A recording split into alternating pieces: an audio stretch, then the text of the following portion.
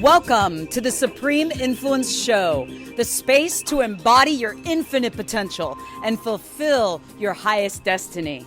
Hi, I'm Niurka, and I'm inspired to bring you this amazing episode. I am super inspired and grateful about our next master mentor who is joining us. So our next master mentor is a pioneer in the personal development industry. He is an individual who has walked side by side with all of the greats. He has walked side by side with Zig Ziglar, Earl Nightingale, but friends with Bob Proctor, who's also a dear friend of mine, Wayne Dyer. And he is someone who I relate to very deeply. He comes from some very challenging beginnings, as I do, and he has transformed his thinking and transformed his life. And through his own journey of his own transformational process, he has gracefully and graciously over decades shared everything that he's learned and discovered. He has shared the psychology of winning, the seeds of greatness. He has brought this wisdom to so many different areas. He's worked with athletes, he's worked with business leaders, Fortune 500 companies, Olympic athletes, the list goes on and on. And I think I've got up right over here. See, this was, gosh, we're going back now. I had to bring this up because there I am with Denis. Can you all imagine this? It's like Niurka and the Kings is what I like to call this plaque. Back in 2008 when we were doing a tribute for Jim Rohn and Success Magazine was relaunching. So this is a profound honor. I'm so honored and inspired to introduce you all to the master mentor, my dear friend, Denis Waitley. Hi, Denis. Oh, Denis.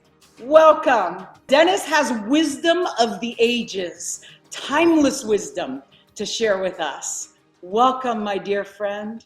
Oh, thank you, Niurka. It's great to be with you. It's great to be with all of you. You know, the greatest part of this program is for me to watch and listen to the testimonials of the students.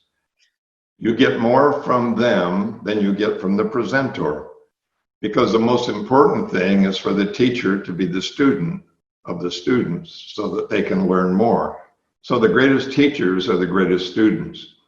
So I'm so excited to be here because my mission in life is to plant shade trees under which I myself will never sit. I am in my late 80s, I don't mind admitting it, and I am probably most likely to be in that very top group who has to be the greatest fear. But you know, when fear comes along, I bring my A game. So fear is my sentinel. Fear puts me ready to go. When things are at their worst, I need to be at my best.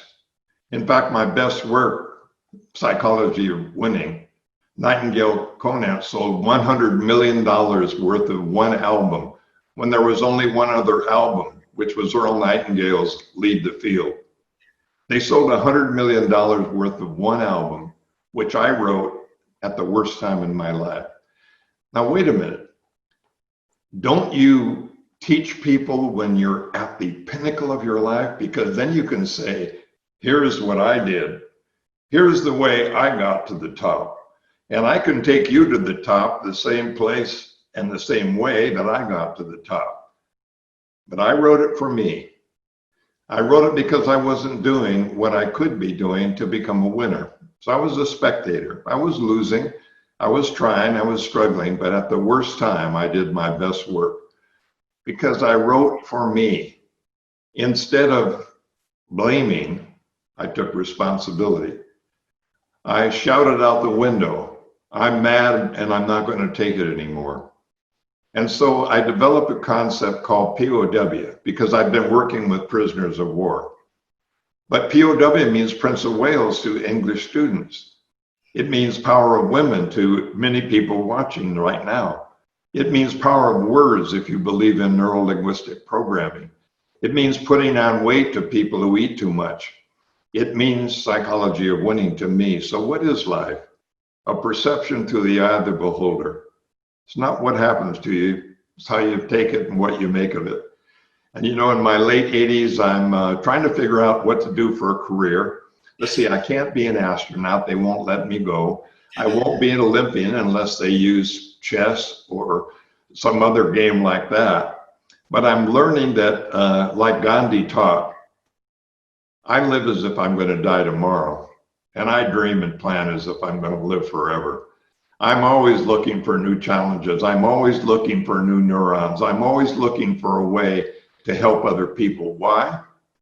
Well, if you have knowledge and money, it doesn't do you any good when you have it, because you don't want to die with your knowledge and or your money. So you want to share your knowledge and your money with everyone, which makes it worthwhile having earned it. And you know, I'm grateful for being on the program, because I'm not the expert. I'm not a household word, but I've been around since 1933. I've been around for quite a while. Yes, I was 8 years old when Pearl Harbor. Yes, I went through World War II. Yes, I wanted to be a writer, but instead became a military officer. After all, the Korean War took place when I was a senior in high school. So I went to Annapolis to the Naval Academy instead of going to Stanford or another college like that. And then after the Korean War, of course, there was the Cold War, and then there was polio, and there's all the things that are going on. And we had bomb shelters, and we were worried about things going on all through that. And I always thought we'd be at war, which is why I became a carrier-based nuclear weapons delivery pilot. But I don't want to kill people. I want to develop them. But I was defending something, and here I am today developing other people. So working with prisoners of war, with the Apollo program, you know, an astronaut is like you and me. They're going someplace they've never gone before, and their virtual reality is that place that no one has gone to. But yet they have to believe that the virtual reality becomes the new reality, because they're going to the most dangerous place on Earth, outer space, which you don't know what's going to happen there. So an astronaut is someone who practices within when they're doing without. A prisoner of war has to live within when they're imprisoned. And each of us is also an Olympian. You know, Niurka, you and I spent time talking about my work with the Olympians. For 2 Olympiads, I was chairman of psychology for the United States Olympic Committee Sports Medicine Council. My job, to create the performance enhancement for all American Olympians, all the sports, all of them. But I'm not the expert in that. I only think like that.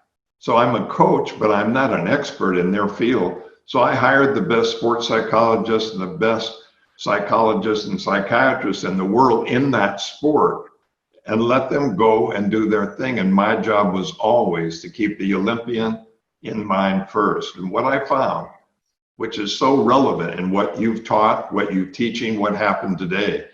You look at John Azarath and all the others who come on. No train, no gain. No brain train, you remain the same. Thoughts become things. Of course they do. You know what else they become? Thoughts are a biochemical, electrochemical process in which your brain is a series of surface streets and freeways. And it's got all this traffic going, all these thoughts, 95% automatic, 95% habitual. And yet 70% of what we see every day is what's wrong. So bad news, negative news sells, because it creates an awareness and an instant shock. So the thing you have to do is take the surface streets, the roadblocks, the barriers, the overpasses, and get rid of the construction zone and create a freeway. And you have to retrain yourself to become the person that you envision, the astronaut, the Olympian, the prisoner of war who wants to go home. What I learned from the Olympians is visual motor behavioral rehearsal, which is you must see it through your eyes. You must witness it through your emotions. You must feel it through your body, not from a spectator, not watching a movie, but through your own eyes. You go through the performance enhancement all the motions, all the emotions, and all the specific language. Those words that, you know, when you talk about neurolinguistic programming and words are so powerful. Keep your head down and get it shut off. Don't run the street, you get hurt. Be careful, you'll get the flu. If you're not careful, you're going to grow up just like your father. Beaver teeth, buzzer beak, motor mouth, turtle breath, Dumbo. I don't like you. I don't like your country. I don't like anything about you. Thank you very much. I'm into a self-improvement program, and considering where you're coming from, I consider it a compliment. I want to, I can. Next time I'll get it right. I'm a winner. I eat lean source protein. Water is my favorite fitness drink. I weigh, if I'm a woman, I weigh 120, 130 pounds and look good in a bathing suit. If I'm a man, I feel good at 175 and don't mind having my shirt tail tucked in.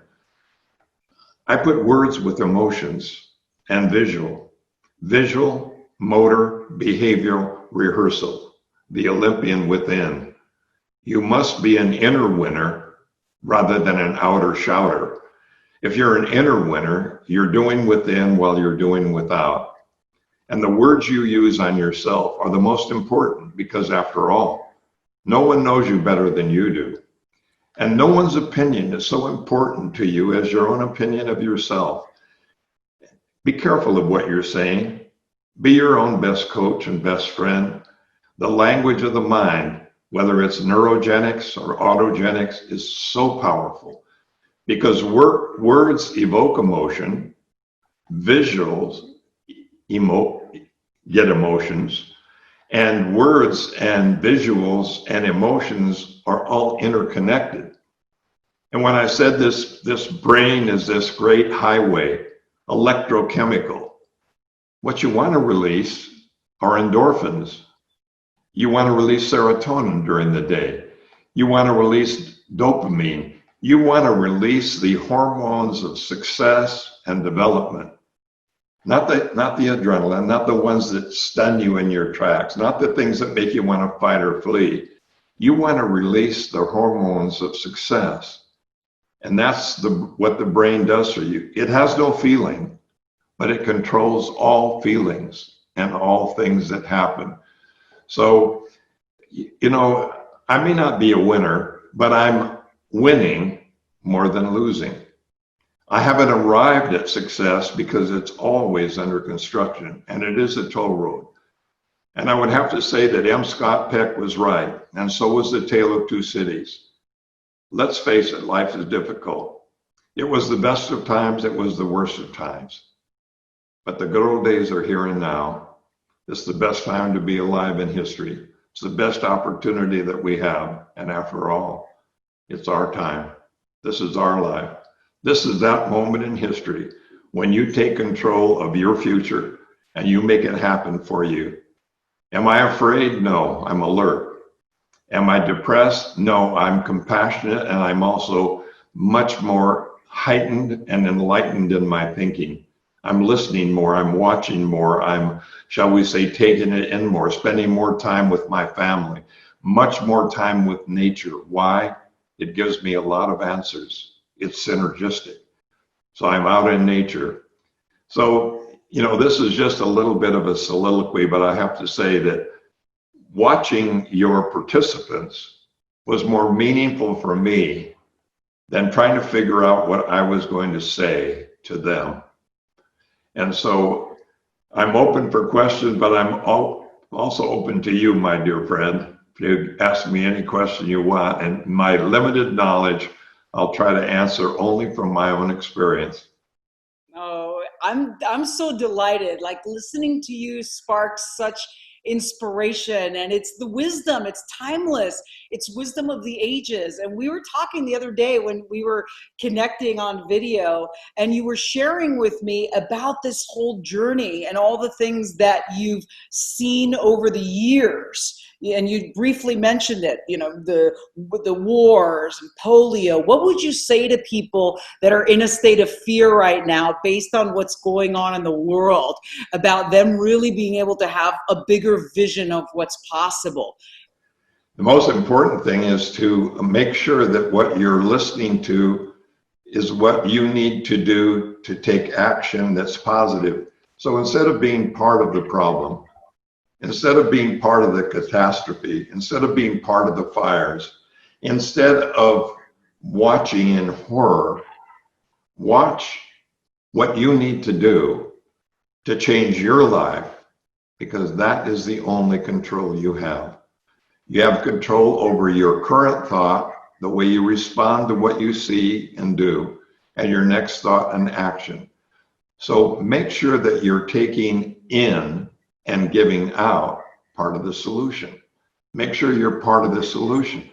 Instead of complaining, start training and gaining. Take it in, be compassionate, feel the sadness, and then do something in your own life about it. That's why I wake up every morning and say, what am I going to do? Thank you again, safe again, let's go.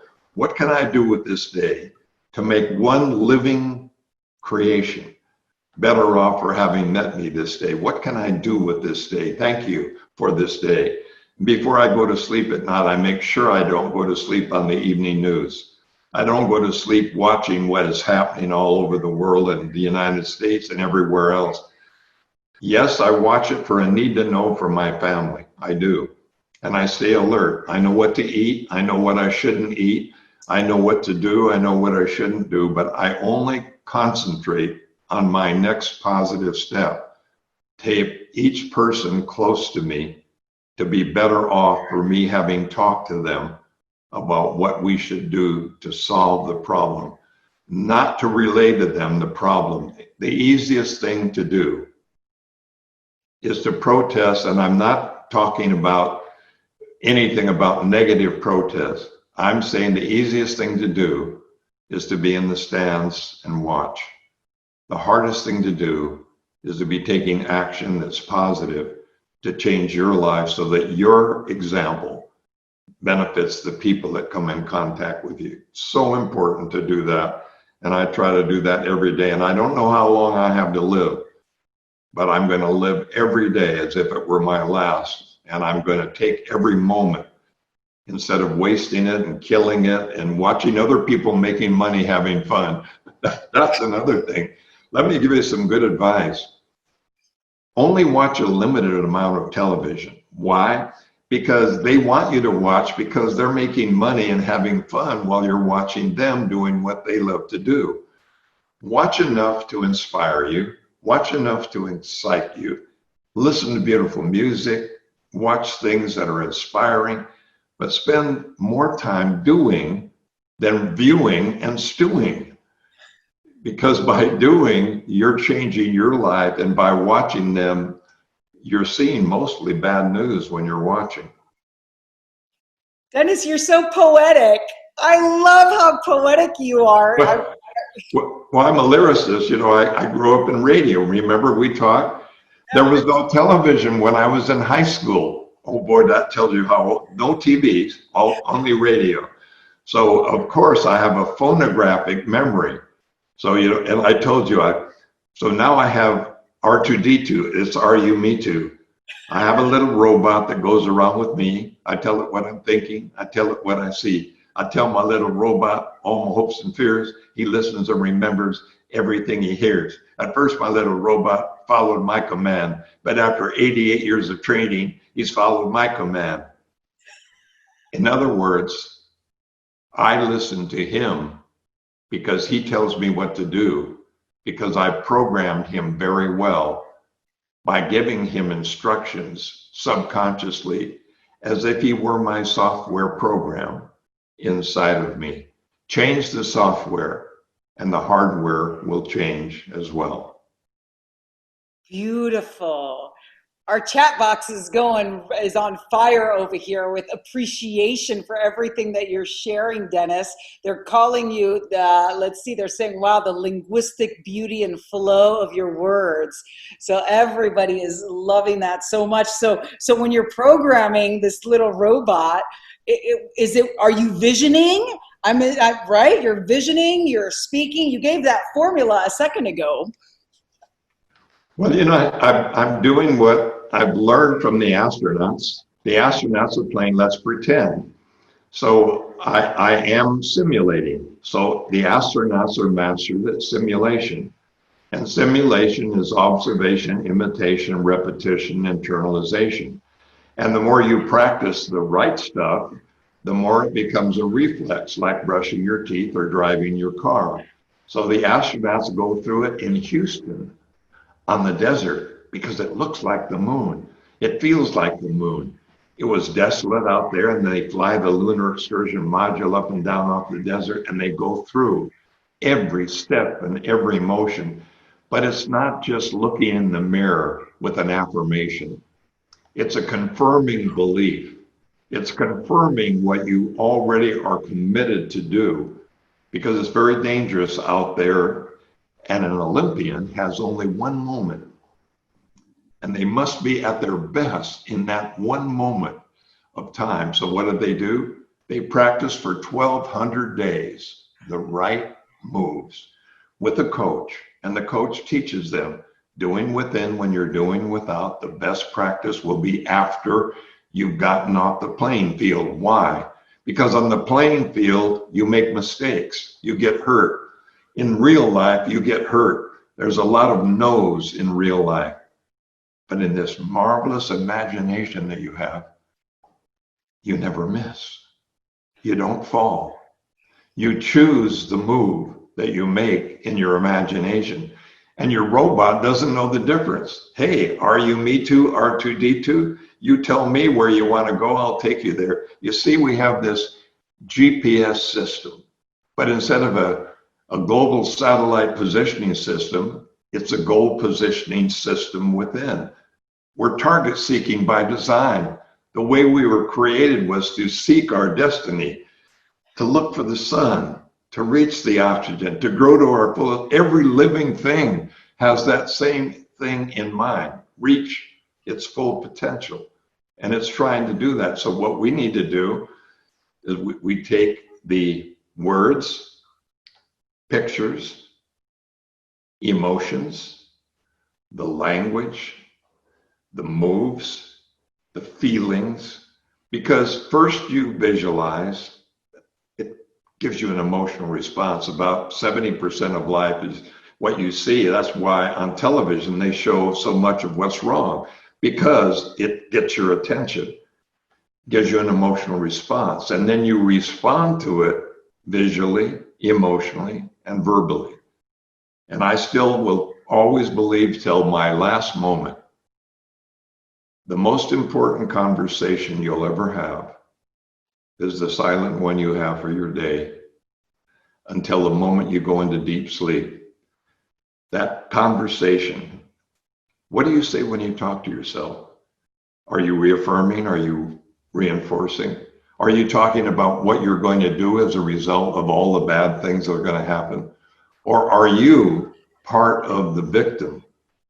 Why not be victorious? Instead of a victim, why not be a victor? Instead of being entitled, why not be empowered? Instead of wanting someone else to take care of you, why not say, this is what I'm going to do? You know, I've said for many years, there should be a Statue of Responsibility on Alcatraz to match the Statue of Liberty in New York Harbor. She brings in the immigrants. She says, bring me your tired and hungry, and I will give them the freedom to choose to live the way they want to. But in order to be free, you must take responsibility for the consequences of your actions. So you must really think about what you're going to do and what you're doing, so that what you're doing benefits you and others rather than is done at their expense. So I picture this statue.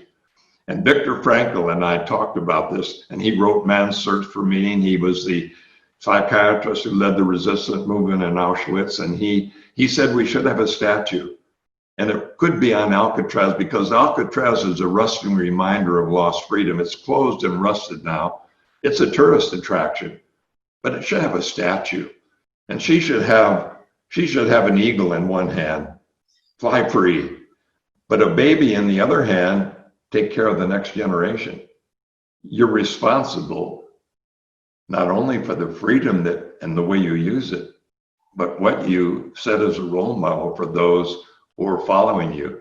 And that's why I believe so much in personal responsibility, and believing that I'm as good as the best, but no better than the rest, that I'm not superior to anyone, and that I can learn something from everyone. It's difficult not to have prejudices and not to have leanings and not to have a tribal affiliation with somebody, but boy, I'm trying to be as open. And I treat everyone the way I think they want to be treated to feel at their best. So it's really the platinum rule. I treat everyone first thinking the way they want to be treated, because I don't treat them necessarily the way I want to be treated, because sometimes I can handle criticism. And so if people criticize me, sometimes it's well-meaning, but I want to treat them what will elevate their own feeling of self-worth. So my first thing is personal responsibility and the feeling that I have potential. And then believing enough in the potential to take the action and invest in myself, because I'm worth the effort. If I'm worth the effort to be better than I am, and if I make sure that what I'm doing is helping other people achieve their goals, then it's a double win. If I help you win, then I win too. And then I can say to you, I like me best when I'm with you. I like me best when I'm with you, Dennis. Thank you. So I waxed a little bit that I wasn't going to go into that, but I wanted to say that, and I can't help being a lyricist. It's just built in. I know every song I've ever heard. I know the lyrics. I know the entire Wizard of Oz. I can do it for my great-grandchildren. And so I can do all these things wrote, and I must admit, therefore, I must have stolen the best works from history, and I'm just gushing them out. But when I was very young, I thought I could be anything, do anything, have everything. I wished upon a star and saw myself go everywhere throughout the world without a care. But somehow in between, I asked myself, should I see, could I be all this I see? Now at last I know the things that made me go so slow were early childhood fears that I should have long ago let go.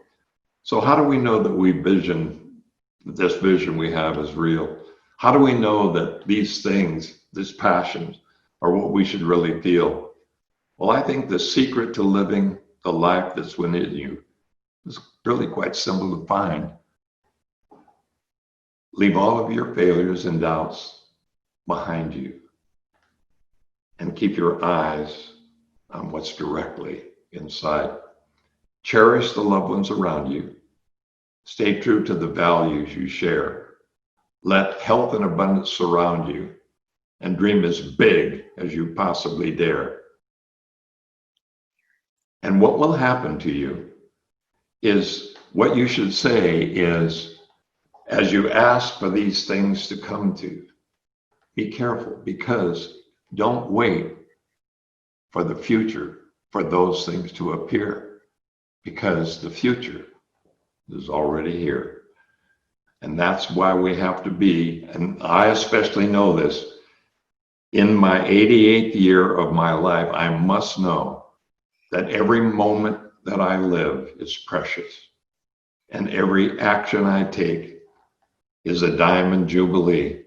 And so I really appreciate very much being part of your program and being kind of somebody who comes along and says, timeless wisdom and timely neuroscience go together. The brain is the most incredible invention ever created on the earth. It has the ability to be anything it wants, so different from the instinct of animals. So we have this incredible ability, and therefore I'm going to retrain my brain at my age to walk straight up, to keep my shoulders back, take up more space in the room, smile at everyone I meet, say good things. And when people say, what do you think about this rotten world we're living in? I'll say, you know, I've learned to take better care of my own life and my own business, and I'm trying to look out for my family. I'm hoping that I can help make things better, at least in my own life.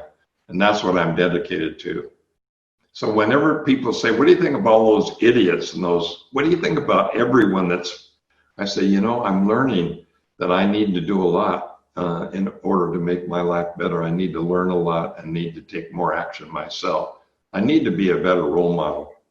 I do. And that's my response to all the bad things. I need to take this in and do something about it.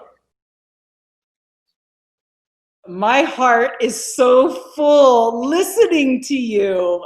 And I can see all of our community is feeling the same, Dennis. You're receiving a lot of love over here in the chat box. If you can look, they're interacting with you. They're saying standing ovation is what they're giving you, and so much love.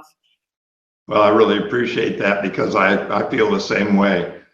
You know, I don't have any, I have a few regrets. Of course, one regret would be I traveled too much and didn't spend enough time with my family, and that's one. And I did waste a lot of time watching some sitcoms and things. And if I had it to do again, I'd read more and I'd be out there more. Instead of watching sports, I'd probably participate more in local things with my own children. I'd do those things. But after all is said and done, I hold no vengefulness to any human being on the earth. I have no vengeful thought, because revenge is the worst feeling of all, because it uses negative emotion and it doesn't get anyone anything. So make sure what you're doing is positive and part of the solution. And if you carry a placard around, well, I'm carrying a placard around, is I'm trying to make things better, but make sure you watch me to keep me honest. Beautiful. And what would you say, last question on this, we've got our business quantum leap program is revealing master mentors. What would you say to people about the power of mentorship and having a mentor? It is the greatest thing in the world to model yourself after people who've overcome enormous handicaps to become successful. They come in many ways. My grandmother helped me plant the seeds of greatness with a victory garden. She said, "You're a good boy." It was the first positive thing I ever heard. My grandmother said, "You mow a good lawn, you're a good boy." The rest of it was, "You'll be just like your father, and if you're not careful." So you learn from the mentors, and that's why I always say it takes a coach to have an athlete. Every Olympian has had a great coach who says, you know, you did that really well, but let me show you what you can do a little better next time. And the coaches actually watch and listen and draw out of you the potential you have within. They don't tell you what they did or how they did it. They're listening and bringing it out of you. And that's why it's so important to pick role models who you'd most admire. Not necessarily celebrities. They don't have to be a celebrity. They don't have to have been on national television. They can be people who've done what you want to do and done it well, or people who just have their stuff together and are willing to listen and draw out of you, ask questions, and then say, so given what we said, if it weren't for time, money, or circumstance, what would you do? What is your passion? I know what your pension is. Everyone wants to be rich. But if you choose your passion, your pension will increase. And I think it's so important then to have a mentor, role model, coach in your life. Because I've success by association. Are you kidding? Jonas Salk for me, Hans Selye, the father of stress in Canada, Admiral Lindbergh, Charles Lindbergh's widow, who had their baby kidnapped and killed, and Charles Lindbergh went off to Maui and left her, and she wrote Gifts of the Sea. I've learned more from coaches and mentors and authors than I could ever learn from just looking at my own life. And so I want people to draw out of me the best in me, but I want to learn from them. And I think that's what coaches and role models are for. I read a role model book almost every week, and I say, oh my gosh, they were much worse off than I've ever been, and yet they've done much better than I have. They're a better father, they're a better author, they're a nicer person, they're more accomplished. Not that I want to be an achievement-oriented person. I just want to help other people make a difference in their lives, which makes it my life worth living. That's all. I just want to make my life worth the time that I've spent. And one last thought. No one will ever remember how much money you spent on them, only the time and effort you spent with them. So the values you leave in other people and your children are much more significant than the valuables in your estate. So just remember, make sure that you give your children roots and wings instead of loot and things, because you'll always have them thank you for that special roots of self-development and wings of freedom. Dennis, thank you so much from the depth of my heart for joining us and so graciously sharing your wisdom, your love. We can all feel your heart. How are you all feeling? Let's put in the comments. Share in 1 or 2 words. How are you feeling from Dennis's session? I'd love to hear from you all in the comments. Blessed, love, love, love. They're feeling you. Wonderful. Thank you. Grateful. Thank you all. I'm seeing them too, and I thank you all. I feel the same way back to you. Oh, so much love. So Dennis, thank you. Thank you, thank you, thank you. I look forward to continuing to share the seeds of greatness that you've blessed us with today. It's a joy and an honor to be with you. Thank you so much, and I appreciate it, and I'll follow you, and I'm going to listen and learn from everything you continue to do. You're the next generation to carry it forward. I sure appreciate being with your audience and with you. Thank you. And remember, failure is the fertilizer of success. Yep, we get a whole bunch of that fertilizer over here. A lot of it. I have bags of it right all around me, but it sure grows green. It grows green pastures, believe me. That's been a theme today. You know, Marina just talked about failure today, and it's so true. Failure is the fertilizer of success. We're going to quote Dennis on that. We love that. Thank you, my dear friend. Deep love. Thank you all. Thank you. Fabulous. Virtual hug. Virtual hug. Give Brother Dennis a virtual hug. Fabulous. Okay, everyone. In a moment, we are going to have our guided visual meditation. What a blessing.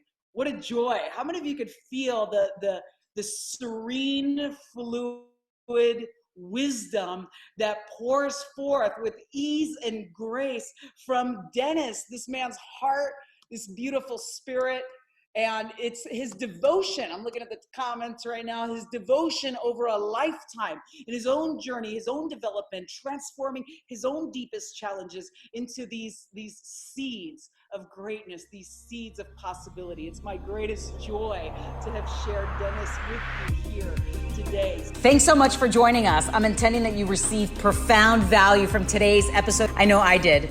If you enjoyed today's session, I really appreciate you subscribing, liking, and giving us a 5-star review, then sharing this message with the people in your life and your communities, because it is so essential in this time. And be sure to tune into our next episode. I will see you on the next episode.